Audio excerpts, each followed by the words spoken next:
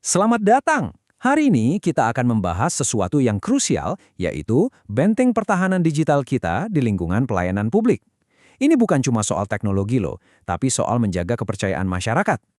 Oke, kita mulai dari sini ya. Seringkali ancaman siber terbesar yang kita hadapi itu bukan dari peretas canggih di luar sana, bukan, tapi justru dari satu klik yang salah, mungkin pas kita lagi capek di sore hari. Kelengahan sesaat itu bisa fatal akibatnya. Coba kita pikirkan sejenak. Setiap hari kita semua bekerja, berkomunikasi, dan mengelola data yang sangat sensitif secara online. Mulai dari data kependudukan sampai kebijakan-kebijakan strategis negara, jadi platform digital itu bukan lagi sekedar alat, tapi sudah jadi arena utama pekerjaan kita. Tapi pertanyaannya, di tengah lautan data yang kita kelola setiap hari, seberapa aman sih kita sebenarnya?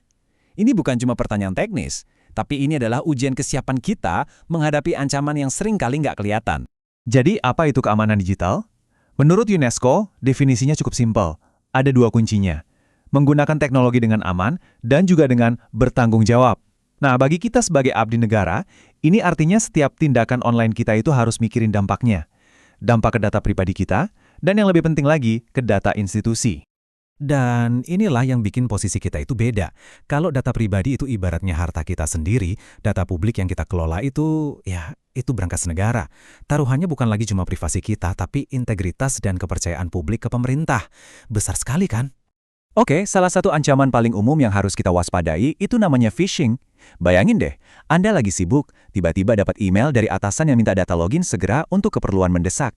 Nah, itulah phishing. Itu adalah seni menipu dengan pura-pura jadi orang atau institusi yang kita percaya, tujuannya cuma satu, mencuri informasi berharga kita. Sekarang, yuk kita bedah bareng-bareng gimana sih ciri-ciri email phishing itu? Coba lihat tabel di layar. Di kolom phishing attempt, perhatikan deh, alamat pengirimnya seringkali aneh atau banyak salah ketik. Sapaannya juga generik, misalnya YTH pengguna, bukan nama kita langsung. Dan yang paling khas, nadanya itu selalu mendesak seolah-olah gawat darurat atau bahkan mengancam. Ingat ya, institusi resmi nggak akan pernah minta OTP atau password lewat email. Nggak akan pernah. Tadi kita sudah lihat ancamannya. Terus gimana caranya kita membangun pertahanan yang kuat? Tenang, ada solusinya. Jawabannya ada di 5 langkah penting yang bisa dan harus kita terapkan mulai hari ini juga. Oke, ini dia 5 pilar pertahanan digital kita. Pertama, bikin password yang kuat dan unik. Maksudnya, kombinasi huruf besar, kecil, angka, dan simbol. Kenapa? Biar mesin peretas pusing nebaknya. Kedua, aktifkan autentikasi multifaktor atau MFA. Ini lapisan keamanan ganda, jadi selain password, ada kode verifikasi lagi ke HP Anda. Ketiga, ini aturan mutlak. Jangan pernah bagikan OTP, PIN, atau password ke siapapun. Keempat, selalu waspada sama link atau email yang mencurigakan. Dan kelima, rajin-rajin perbarui software Anda. Setiap update itu biasanya menambal celah keamanan. Selain langkah-langkah teknis tadi, keamanan digital itu juga soal kebiasaan. Jadi biasakan untuk selalu berpikir sebelum mengklik. Kalau dapat email mendesak dari atasan, jangan langsung panik dan balas. Angkat telepon, konfirmasi langsung ke orangnya.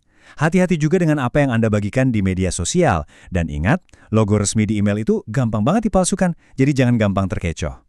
Nah, tanggung jawab kita ini bukan cuma soal etika kerja ya. Di Indonesia, menjaga keamanan data itu adalah sebuah kewajiban hukum. Dan konsekuensinya serius. Menurut Undang-Undang Nomor 27 Tahun 2022, kalau sampai terjadi kebocoran data pribadi, institusi kita cuma punya waktu 3 kali 24 jam untuk melapor. Cuma 3 hari. Aturan ini ada bukan untuk menghukum, tapi untuk memastikan kita semua bergerak cepat melindungi data publik yang mungkin terdampak. Ini menunjukkan betapa seriusnya negara memandang hal ini. Jadi, yuk kita ubah cara pandang kita. Keamanan digital itu bukan cuma tugasnya tim IT. Sama sekali bukan. Ini adalah tanggung jawab profesional kita semua. Sebuah kebiasaan baik yang harus kita tanamkan di